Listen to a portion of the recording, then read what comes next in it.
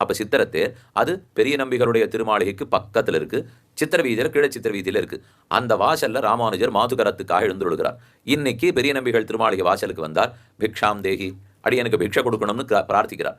அப்ப அத்துழாயின் அவருடைய திருமகள், ஒரே மகள், ஒரு மகள் தன்னுடையேன் உலகம் நிறைந்த புகழாள் மகளாக ஒருத்தி கதவை திறந்தார். கையில கொண்டு பிக்ஷை போட வந்து அவள் திறந்ததை பார்த்த உடனேயே மயக்கமுற்று ராமானுஜர் கீழே சாய்ந்தார்.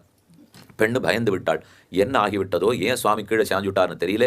உள்ள ஓடிப்போய் தந்தையாரிடத்தே, ஏனோ ராமானுஜர் வந்தார், கதவை திறந்தேன், பிக்ஷை போடுறதுக்குள்ள கீழே செறிஞ்சுட்டார், என்ன ஆச்சோன்னு குழந்தை அழுதாள். ஒன்னும் கவலைப்படாதே, உந்துமதகளித்தன் பாசர அனுசந்தானமாய் இருந்திருக்கும்.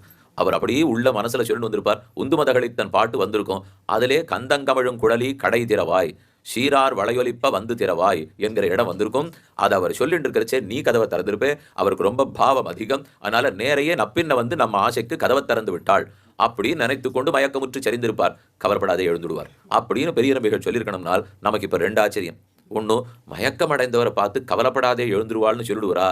அதையும் சொன்னார். ஏன்னா ஏன் மயக்கம்னு அவர் தெரிஞ்சு வச்சிருக்காரு இல்லையோ. நம்ம பயப்படுறதுக்கு காரணமே அது ஏன்னு தெரிய மாட்டேங்குது. அப்ப பெரிய நம்பிகளுக்கு 2வது பெருமை, என்ன பாசனம் சொல்லிட்டு இருந்திருப்பார்னு காதலியே கேட்காது கண்டுபிடிக்கிறாரு. அவருக்கு இதுதான் திருவுள்ளத்துல தோணி இருக்கும்னு இவருக்கு தோணுகிறது. என்னால் அந்த அளவுக்கு அவர்களுக்கு பாசுரத்தோட அவ்வளவு ஒற்றுமை, அவ்வளவு நெருக்கம் இருக்கவே தான் சட்டுன்னு கண்டுபிடிக்க முடியாது. அப்ப எம்பெருமானார் உகந்த பாசுரம், உந்துமதகளித்தன் பாசுரம், இந்த 30 பாசுரங்கள்ல சுவாமிக்கு இருந்த ஈடுபாடு திருப்பாவை ஜீயர்ங்கிற பட்டத்தை பெற்றுக் கொடுத்தது. இவர் தான் பெரிய பாஷ்யம், பிரம்மசூத்திரத்துக்காக ஸ்ரீபாஷ்யத்தை இழற்றினார்.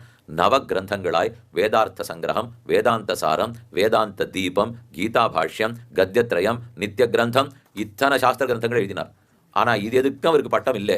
இந்த சிறு குழந்தை 7 வயசு பொண்ணு 6 வயசு பொண்ணு 30 பாசுரம் ஆசையா நோன்பு நோக்கணும், எனக்கு பதி வேணும் அப்படின்னு கனவு கண்ட பாடின பாசுரத்திலே திருப்பாவை ஜீயர்னு ஒரு பேர் வந்திருக்கணும்னால் அப்ப திருப்பாவைக்குண்டான மகாத்மியம்.